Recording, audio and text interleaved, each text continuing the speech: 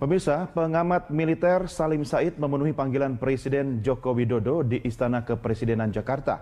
Usai melakukan pertemuan dengan Presiden, Salim Said menyatakan dirinya memberi masukan kepada kepala negara agar prajurit TNI tidak diizinkan menjalani tugas yang berada di luar fungsi dan perannya.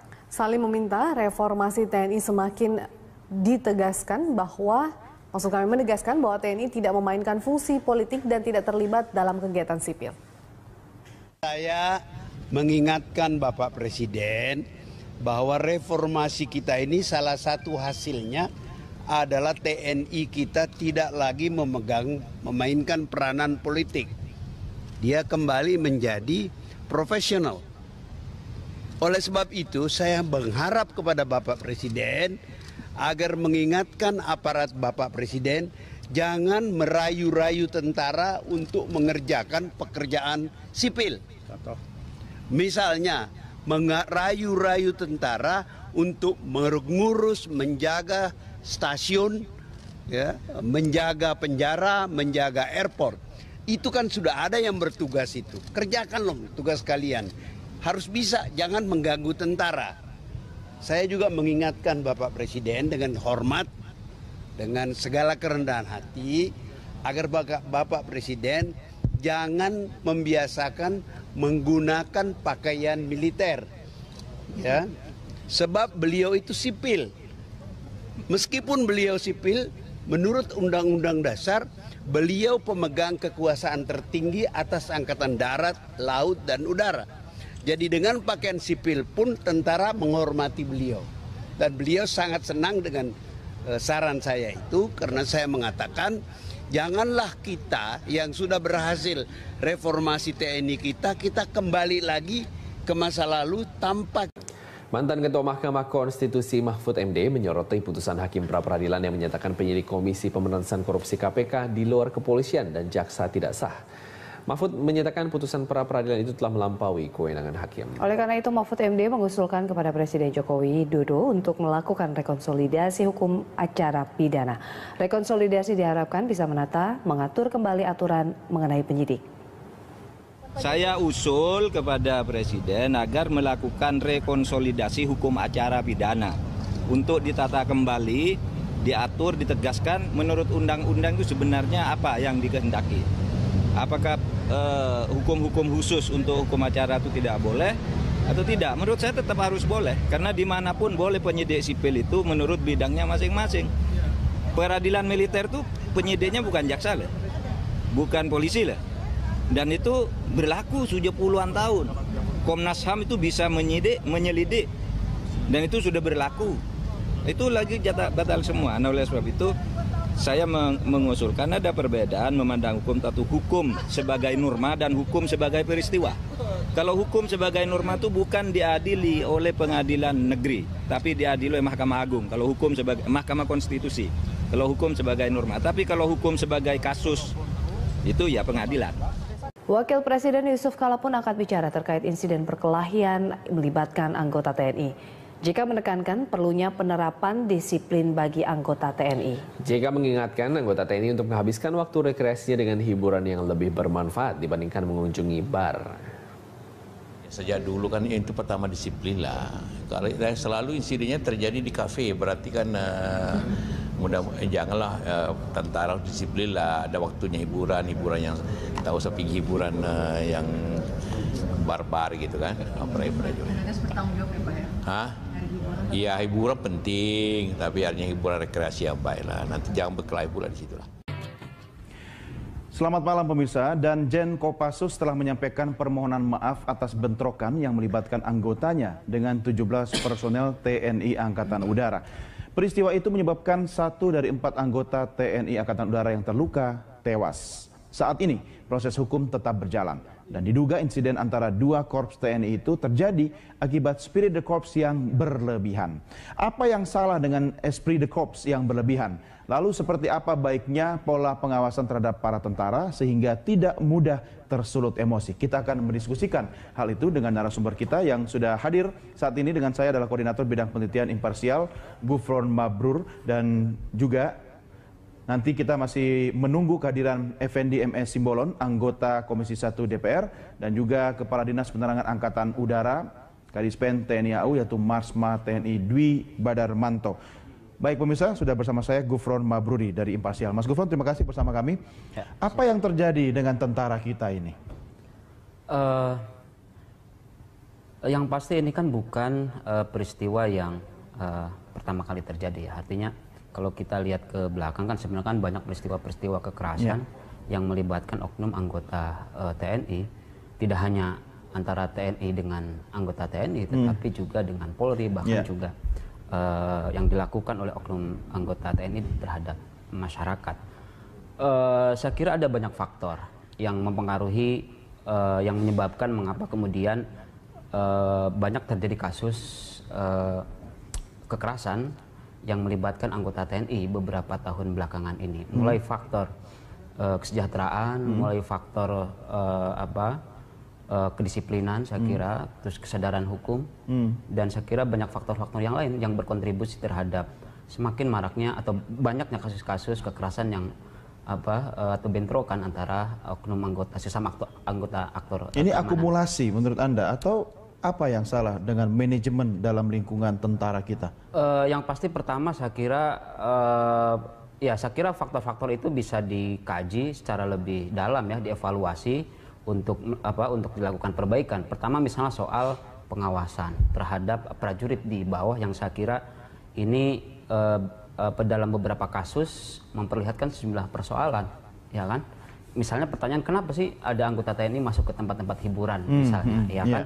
Atau berkeliaran di situ, atau dia masuk ke dalam kemudian itu ke tempat hiburan juga ngapain? Cari hiburan atau ngawal atau jaga atau apa gitu kan? Iya betul, karena ada faktor problem dalam hal disiplin saya kira di situ yang saya kira menjadi penting untuk dibenahi ke depan. Oke, kita punya catatan Mas Gufron terkait dengan bentrokan yang melibatkan anggota TNI. Kita refresh sejenak, kita lihat tayangan grafis berikut ini. Tahun 2014 ini ada beberapa catatan kasus. Tanggal 20 November itu ada anggota Brimob Den C Polda Sumut tewas ditikam oleh anggota TNI. Sehari sebelumnya baku tembak antara personel Brimob Polda Kepulauan Riau dengan prajurit dari Batalion Infanteri 134. Kemudian tanggal 21 September ini ada 4 orang prajurit dari Batalion 134 Tuah Sakti ditembak oleh anggota Brimob dari Polda Kepulauan Riau. Dan di bulan Agustus ada bentrok anggota Brimob Cipanas Cianjur dengan prajurit TNI dari Batalion Armet Cianjur. Kita lihat grafik berikutnya pemirsa, ini data dari IPW atau Indonesian Police Watch ya.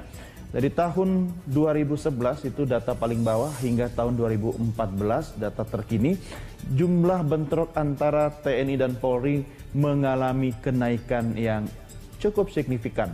2011 cuma ada 1 kasus dan di 2014 lumayan nih Mas Gufron angkanya 7 kasus. Ini yang muncul ke permukaan ya. Artinya kalau boleh nggak kita katakan ini seperti fenomena gunung es yang tidak terlihat di bawah itu bisa lebih banyak. Ya. Ini bagaimana nih? Ya, saya setuju bahwa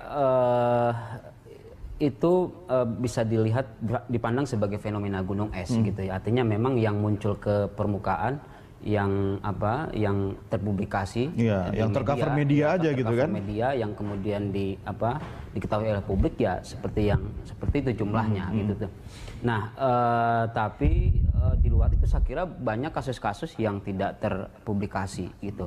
Bahkan dalam catatan kita ya misalnya untuk kasus bentrokan antara oknum anggota TNI dengan Polri misalnya sepanjang dari tahun 2001 gitu ya yang terpublikasi setidaknya ada hampir terjadi sekitar 39 peristiwa. 39 peristiwa. Iya, betul. Setidaknya itu yang kita amati dari beberapa publikasi di media.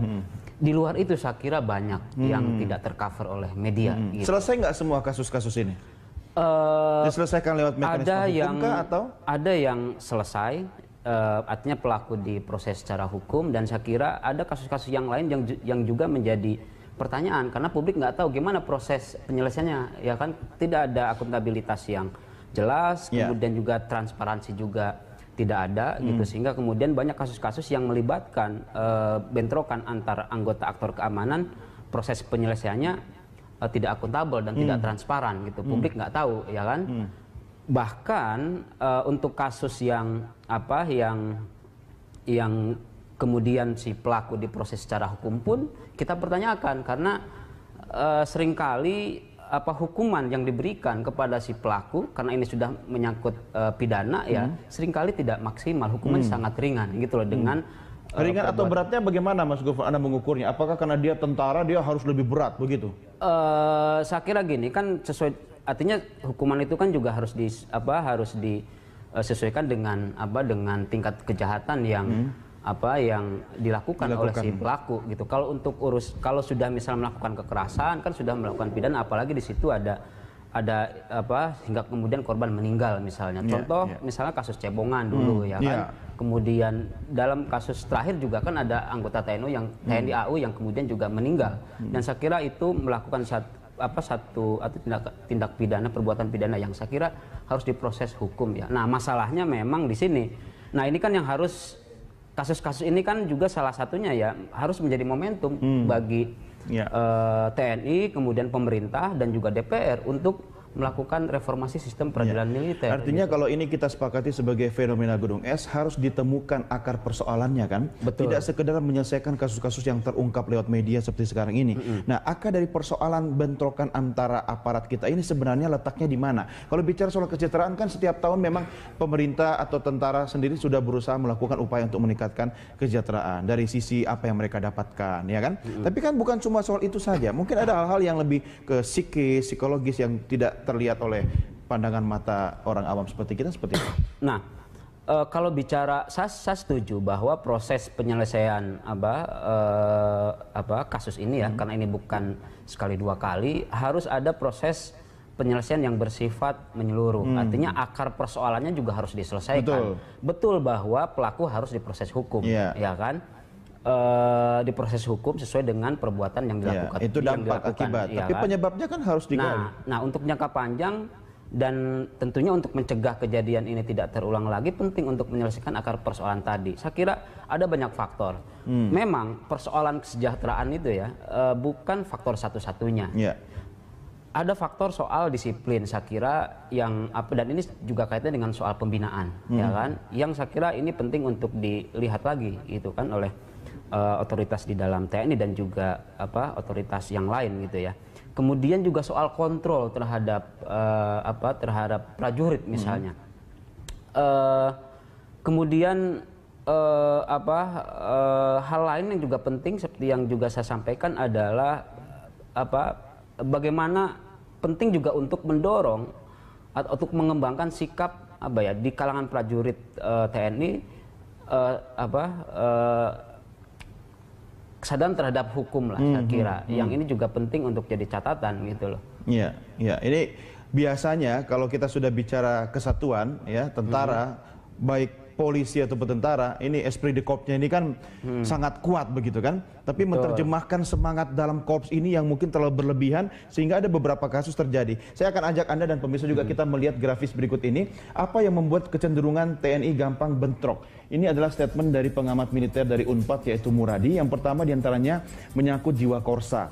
Yang kedua yaitu menyangkut taliwang. Ini kan soal aset bisnis gitu kan.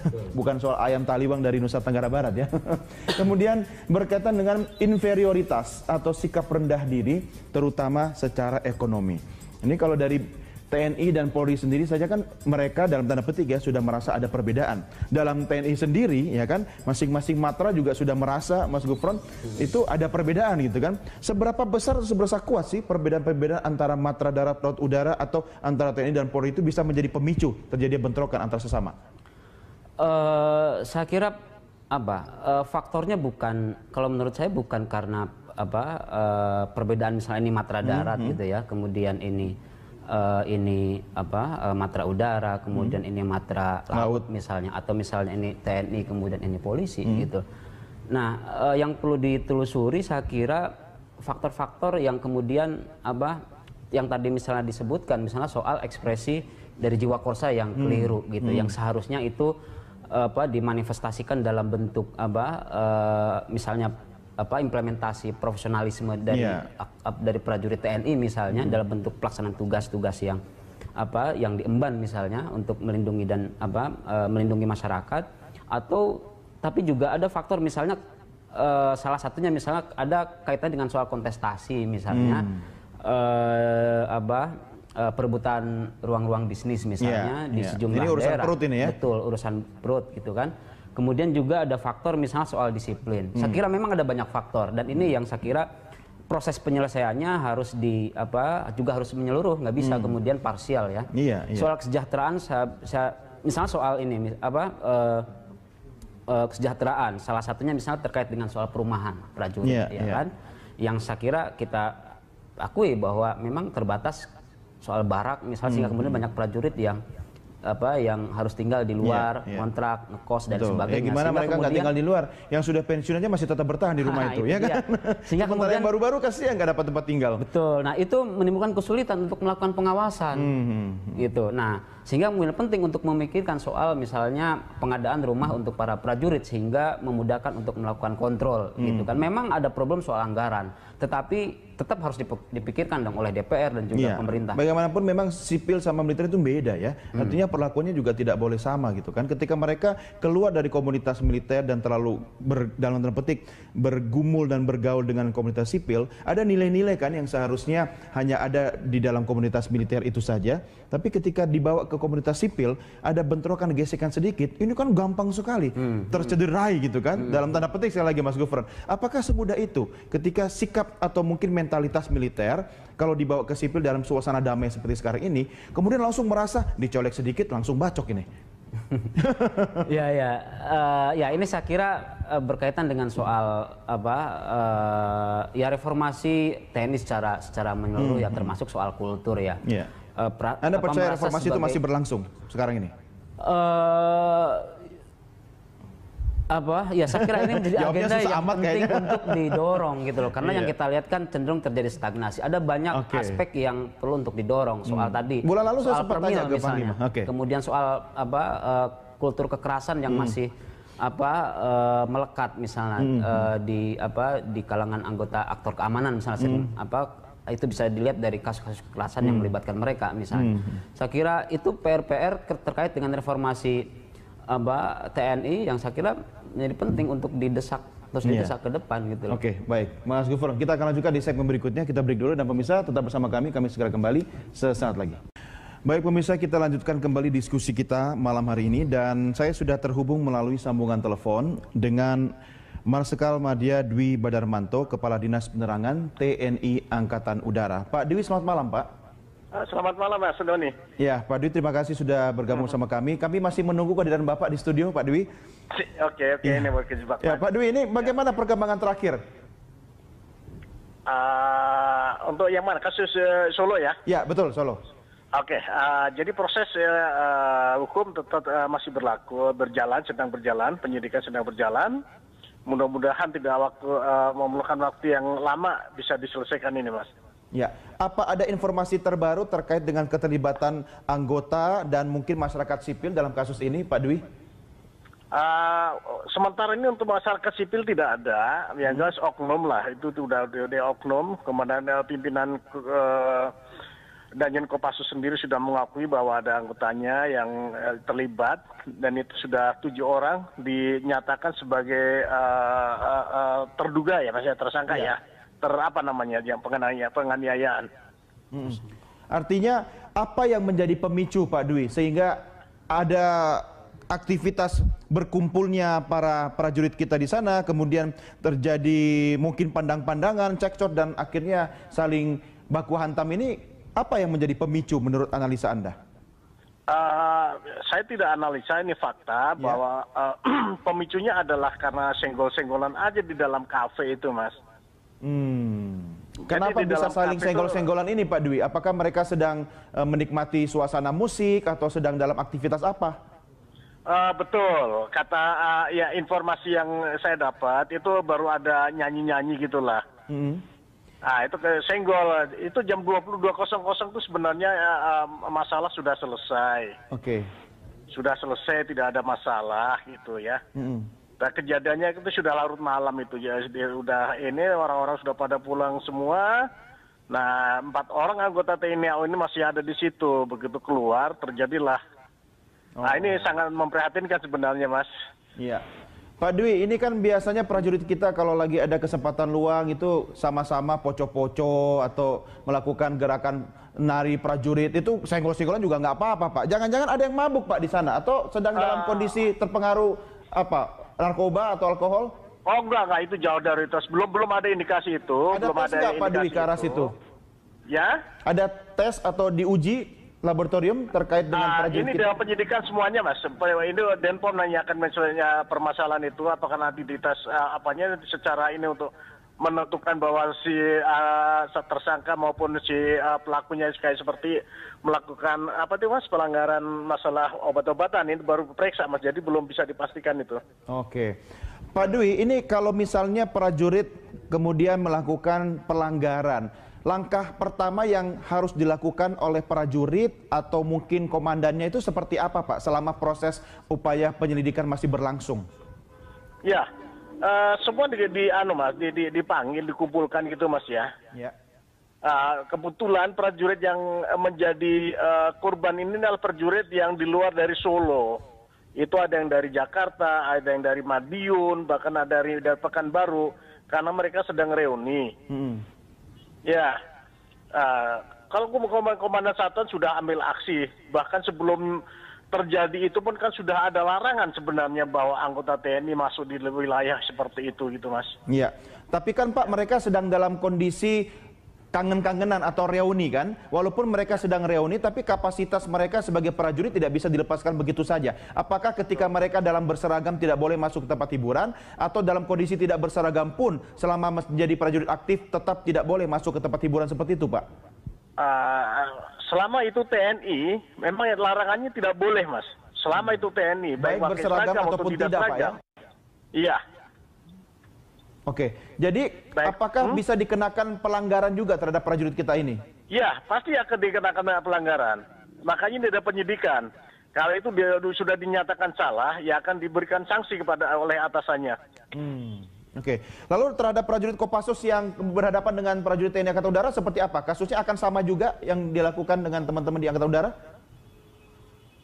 Itu kewenangan Denpom itu yang akan menangani, Mas. Kami ada dari sisi TNI AU saja, tetapi kalau untuk yang Kopassus sudah kan ditangani oleh Denpom sekarang. Apa ada koordinasi, Pak Dwi, antara TNI Angkatan Udara dengan Kopassus terkait upaya penyelesaian masalah ini sehingga tidak memunculkan simpang siur atau mungkin ketimpangan antara angkatan? Kalau koordinasi sudah selalu dilakukan oleh Mas, di tingkat manapun selalu ada ya. Ini kan terjadi karena oknum saja. Kalau koordinasi TNI AU dengan TNI AD, TNI AD dengan TNI AD dan yang lain-lain kan berjalan dengan baik. Sebenarnya tidak ada masalah apa-apa, Mas, di level itu. Ini hanya oknum gitu. Ya. Lalu Pak Dwi, bagaimana dengan status prajurit TNI Angkatan Udara ini saat ini? Apakah dinonaktifkan atau dalam kondisi status tertentu? Masih dalam penyidikan, Mas. Ini kan masih ada yang dirawat di rumah sakit. Kemudian yang lain juga sudah dipanggil untuk jadikan saksi. Kemudian dimintai keterangan oleh POM begitu, Mas. Ya. Apakah akan ada upaya lanjutan, Pak, dalam koridor atau kurun waktu tertentu, misalnya dalam 1 minggu ke depan ada pemeriksaan intensif terhadap prajurit ini? Sebenarnya tidak harus menunggu. Pemeriksaan itu kan setiap saat dilakukan oleh komandan satuan masing-masing, Mas. Setiap hari itu dilaksanakan pemeriksaan. Iya. Pada saat kejadian itu pun, misalnya ini kebetulan di Solo itu kan prajurit yang itu kan masih banyak yang melaksanakan pendidikan di situ, mungkin jumlahnya ribuan itu di situ. Iya. Pak Dwi, ini ada statement dari Menteri Pertahanan yang menyesalkan terjadinya peristiwa seperti itu. Jangan sampai terjadi lagi. Masa tentara berbuat tidak baik? Ini sebenarnya sangat normatif, Pak. Anda punya komentar terkait dengan statement Menteri Pertahanan ini? Betul, itu saya setuju sekali. Pasti kami mendukung apa yang dikatakan oleh Bapak Menhan.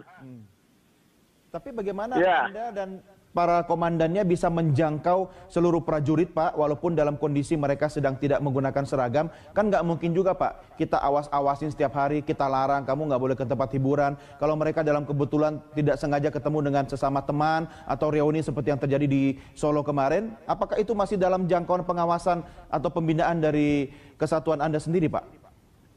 Seharusnya begini, Mas, sebagai anggota TNI kita punya sumpah prajurit, kita punya 8 wajib abri TNI, kemudian kita punya Sabta Marga, sehingga dimanapun berada mau pakai uniform seragam maupun tidak, TNI adalah TNI gitu ya. Iya. Jadi kalau dia mau melakukan pelanggaran ya sudah pasti ada sanksinya gitu. Artinya Sabta Marga itu harus dalam jiwa prajurit kan, Pak, bukan soal karena adanya pengawasan harus. kan? Justru itu harus. Tanpa diawasin pun harus. Ya. Menurut Anda, Pak Dwi, prajurit yang terlibat atau oknum prajurit yang terlibat dalam kasus kemarin ini adalah prajurit yang tidak Sabta Margais atau seperti apa? Itu baru di neta penyidikan dulu, Mas. Kalau menurut saya, kalau udah melanggar ya bukan prajurit yang Sabta Margais. Sanksi yang paling tinggi apa, Pak Dwi? Nah, itu bergantung dari derajat kesalahannya. Ya. Kalau yang paling tinggi apakah bisa diberhentikan, dicopot dari ketentaraan? Itu bergantung nanti tingkat kesalahannya itu, Mas. Bisa saja sanksi itu diperoleh gitu ya. Iya, baik. Baik, Pak Dwi, kita akan lanjutkan di segmen berikutnya. Kami masih berharap Bapak bisa bergabung bersama kami. Dan tetap bersama kami, Pak Dwi. Pemirsa, kami segera kembali untuk melanjutkan diskusi kita sesaat lagi. Tetap bersama kami di Prime Time Talk. Kita lanjutkan kembali diskusi kita malam ini, pemirsa. Kenapa sampai terjadi bentrok antar tentara kita, ya? Dan masih bersama kita di studio yaitu Gufron Mabruri, Kepala Riset Imparsial, dan sudah bergabung juga di studio anggota Komisi 1 Dewan Perwakilan Rakyat Republik Indonesia, Effendi M.E. Simbolon. Mbak Effendi, terima kasih sudah berjuang dan sampai ke studio. Kita juga masih terhubung dengan Kepala Dinas Penerangan TNI Angkatan Udara melalui telepon, yaitu Marsma Dwi Badarmanto. Bapak-bapak sekalian, sebelum kita lanjutkan diskusi kita, saya mengajak Anda untuk melihat tayangan grafis berikut ini. Ini adalah pernyataan dari Menteri Pertahanan Ria Mizat Triakudu yang menyesalkan kenapa bisa terjadi seperti itu. Jangan sampai terjadi lagi. Masa tentara berbuat tidak baik, ya. Kemudian masih pernyataan dari Menteri Pertahanan, nanti Provos bisa bertugas di dalam dan di tempat-tempat hiburan, melarang anggota TNI masuk. Nah, ini juga perlu didiskusikan, ini ditugaskan atau apa gitu kan. Sementara Menko Polhukam Tejo Edy menyatakan ini juga harusnya ada kontrol dari pimpinan, ada kontrol dan membina bawahannya agar tidak seperti itu. Inilah pentingnya pembinaan satuan.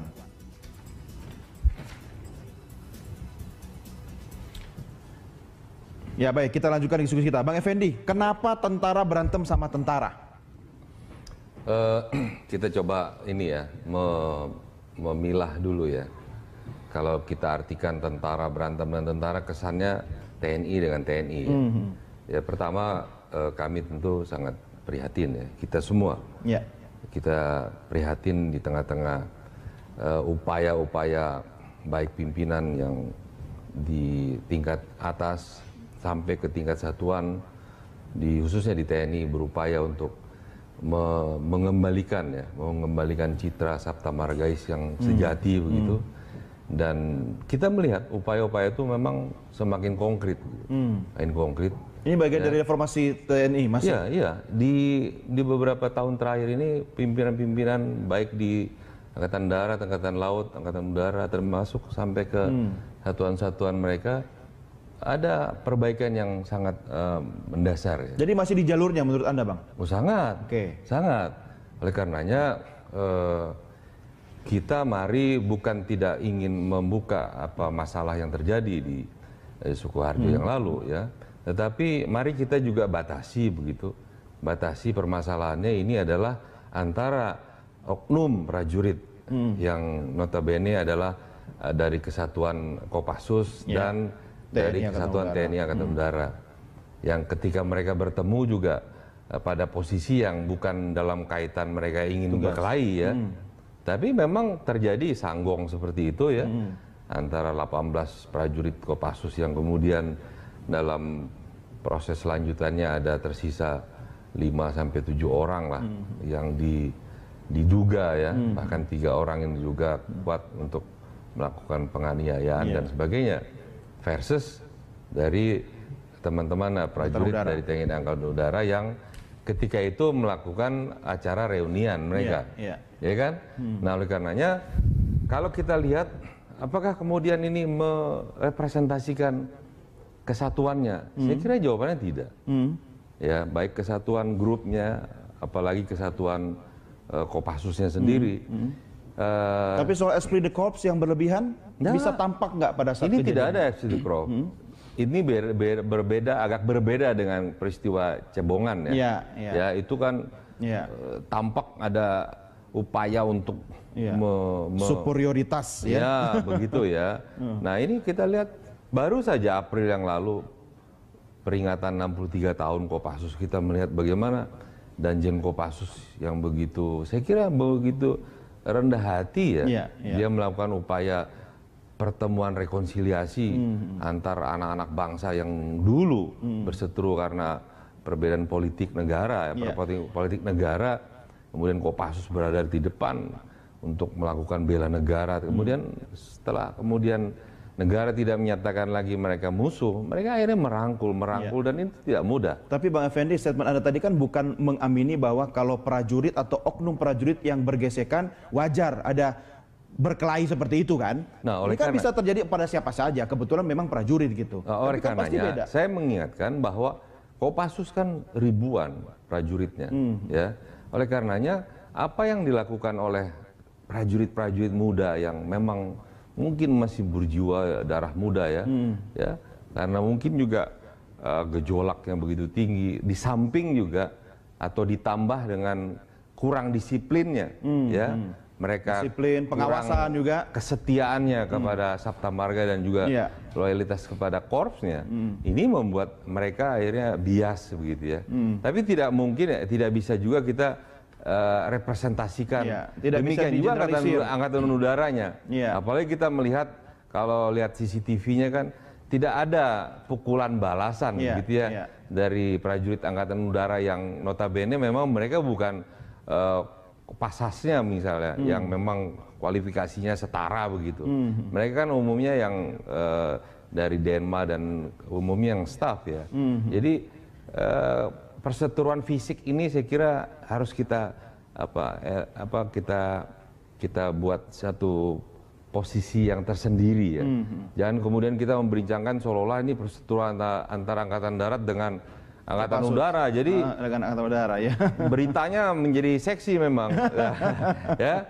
Kita yakin bahwa masing-masing pimpinannya termasuk kepala stafnya juga akan mengedepankan ini penegakan hukum ya. Karena kalau melihat kita hukum pidana tentara sendiri kan sudah mengatur. Ya, jadi kita mendengar dan kita yakin semua pimpinan teras di Kopassus, di Angkatan Darat maupun di Angkatan Udara menyerahkan sepenuhnya kepada jalur hukum militer. Ini harus selesai. Artinya begini, sebelum Bang Effendi nyampe studio kita juga sempat diskusi. Jadi Mas Gufron, ini kan seperti fenomena gunung es begitu kan. Ini jangan sampai sekedar karena ini tercover oleh media kemudian jadi seksi begitu, tapi tidak menyentuh ke akar persoalan. Sebenarnya sejatinya Mas Gufron, apa yang harus dilakukan oleh masing-masing panglima, komandan, sehingga prajurit kan tinggal ngikut begitu kan. Kalau mereka sudah jiwanya Sabta Marga ya, siap menjalankan perintah, itu kan tinggal komando dari atas ke bawah gitu kan.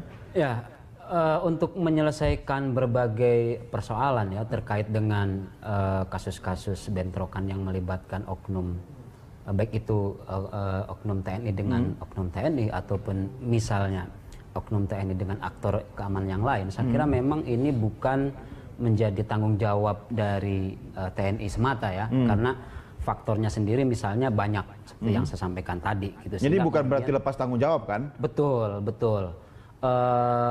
Otoritas di dalam TNI tidak bisa bertanggung jawab, tidak bisa misalnya lepas tanggung jawab terkait dengan persoalan tersebut. Tetapi untuk menyelesaikan itu bukan tidak bisa sendiri juga. Ada pemerintah misalnya presiden, kemudian juga Kementerian Pertahanan di situ dan juga DPR sendiri, misalnya Komisi 1 gitu. Tapi saya kira gini, Mas Gufron, ini kita kan menyeretnya kan persoalan seolah-olah persoalan institusi yang antar institusi ya. Ini kita Ini coba, oknum. kita bukan mengeliminir ya, bukan meminimalisir, tetapi faktanya memang terjadi bentrok.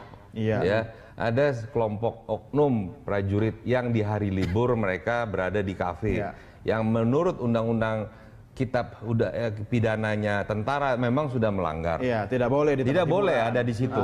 Ya, mau Tempat maju aja udah sampai salah jenderal gitu tidak kan. boleh di sana. Mau dia lagi reuni itu atau satu tidak hal bertugas salah, sudah. ya Salah. kan? Kemudian kesalahan berikutnya tentu kita melihat juga penganiayaan yang mengakibatkan ya sampai korban meninggal, bahkan sekarang ada yang krisis, yang kritis di rumah sakit.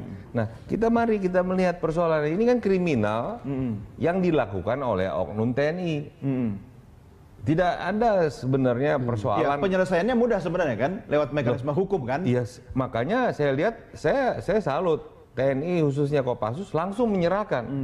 Ya, mereka tidak kemudian ya seperti peristiwa yang lalu-lalu kan? kemudian ditutup-tutupi gitu ya. Langsung menyerahkan ke. Tapi mungkin Bang Effendi, Mas Gofur, kita juga harus tahu apa strategi komunikasi yang dilakukan oleh Angkatan Udara. Pak Dwi masih bersama kami lewat telepon.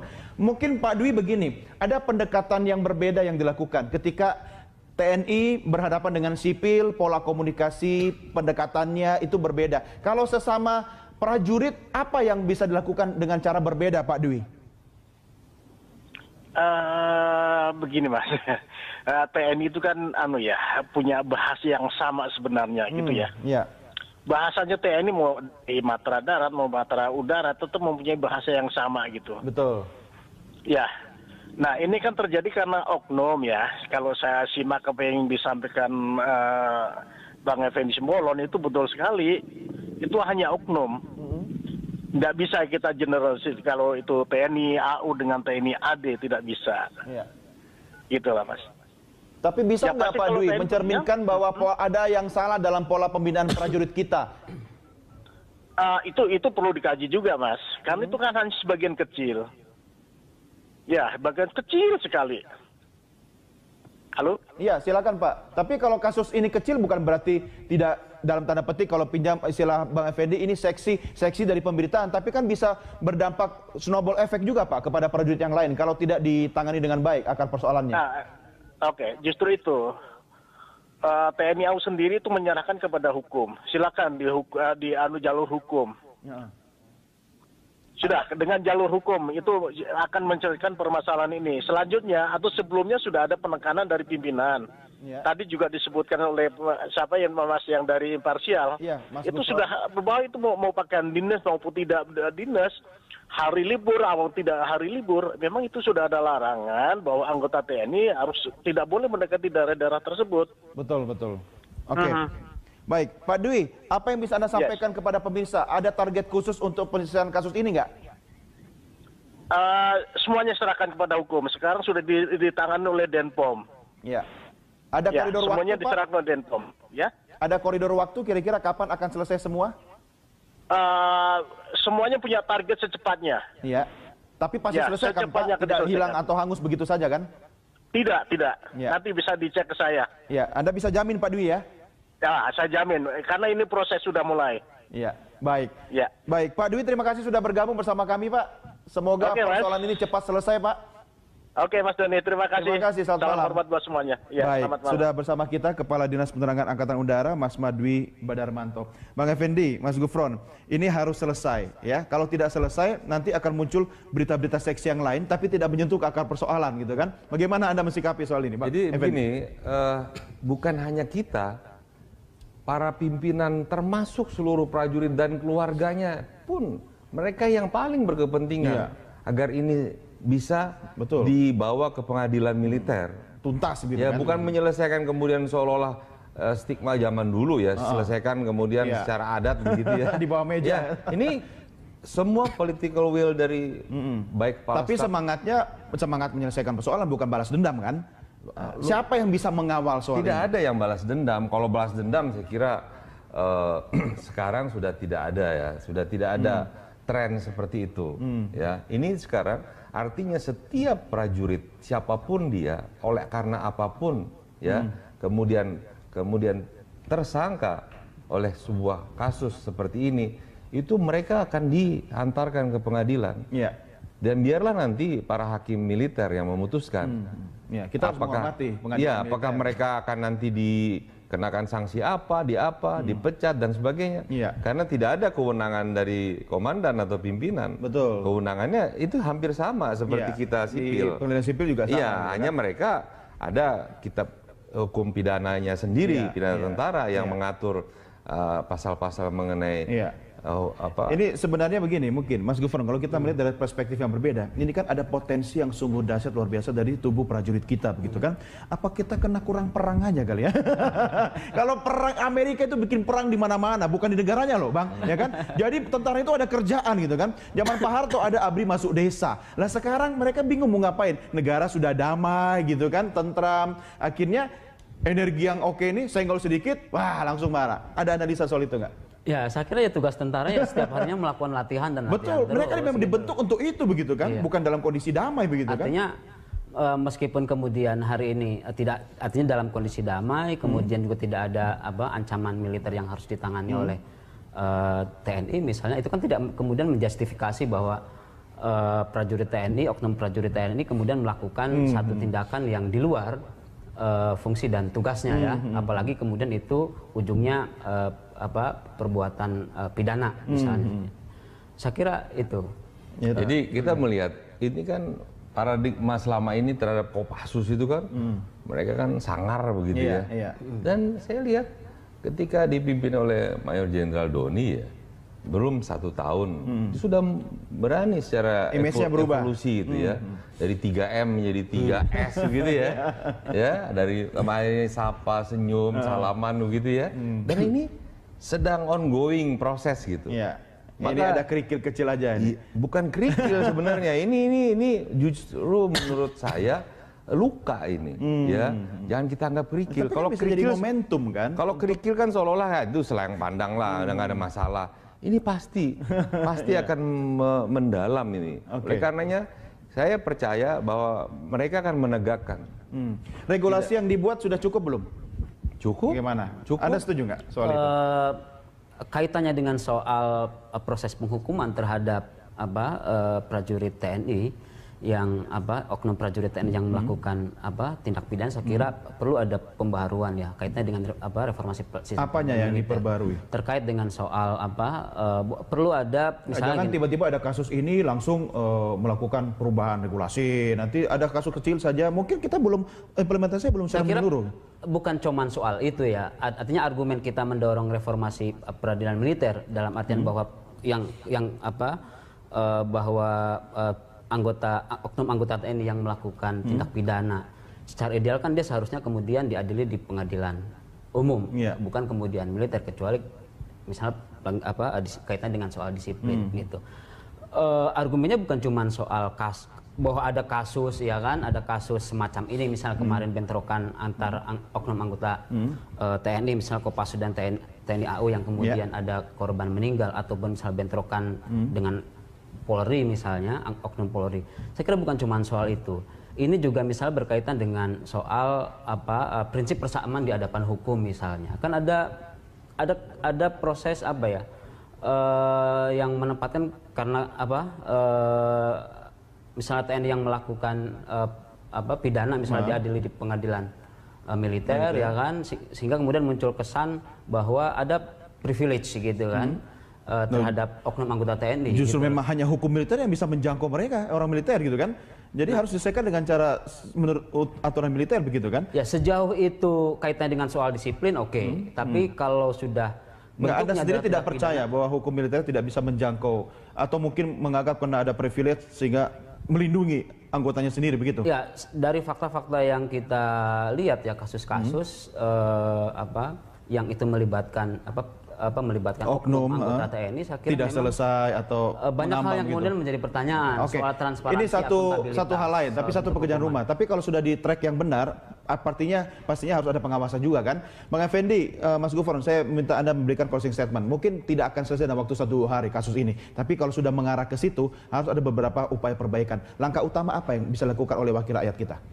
Ya, kita melihat bahwa undang-undangnya memang sudah cukup ya. Undang-undang TNI, Undang-undang Pertahanan Negara, termasuk Undang-undang KUHP-nya tentara sendiri ya, termasuk ada peraturan-peraturan kesatuannya sendiri ya. Sudah cukup lah ya, dan sudah aman. Kita harus melihat bahwa karakteristiknya Kopassus dengan TNI AU yang kebetulan kemarin itu mereka oknum dengan oknum itu bentrok ya, bentrok di urusan pribadi sebenarnya itu kan berbeda. Beda, betul. Ya, ini memang tentara yang sesama militer aja beda gitu kan, berbeda ya kan, sipil gitu ya, kan. jadi tingkat emosionalnya juga berbeda ya. Kita bisa lihat kan tidak ada pukulan balasan dari TNI AU-nya ya. Betul. Mereka sepertinya ada superior dengan inferior gitu ya, yang terasa ketidakadilan gitu.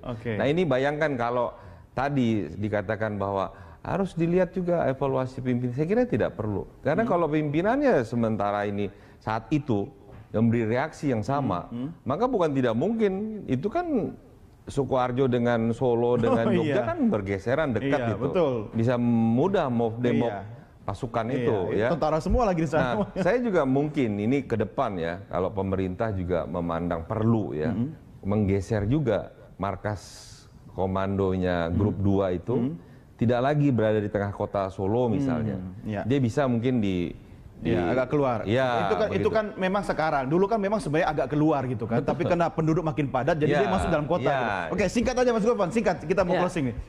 Saya kira gini, karena ini peristiwa ini bukan sekali 2 kali terjadi, ya kan berarti kan ada persoalan serius yang perlu diperbaiki, dikoreksi. Solusinya? Iya. Nah, saya kira untuk jangka panjang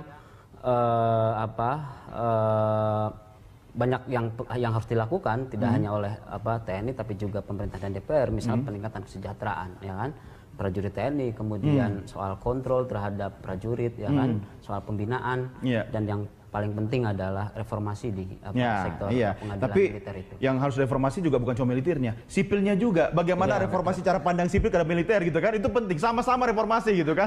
Saya harus akhiri sampai di sini. Mudah-mudahan ini akan selesai ya. Bang Effendi, terima kasih. Tugas Anda tambah banyak lagi mengawasi biar proses ini berjalan sesuai dengan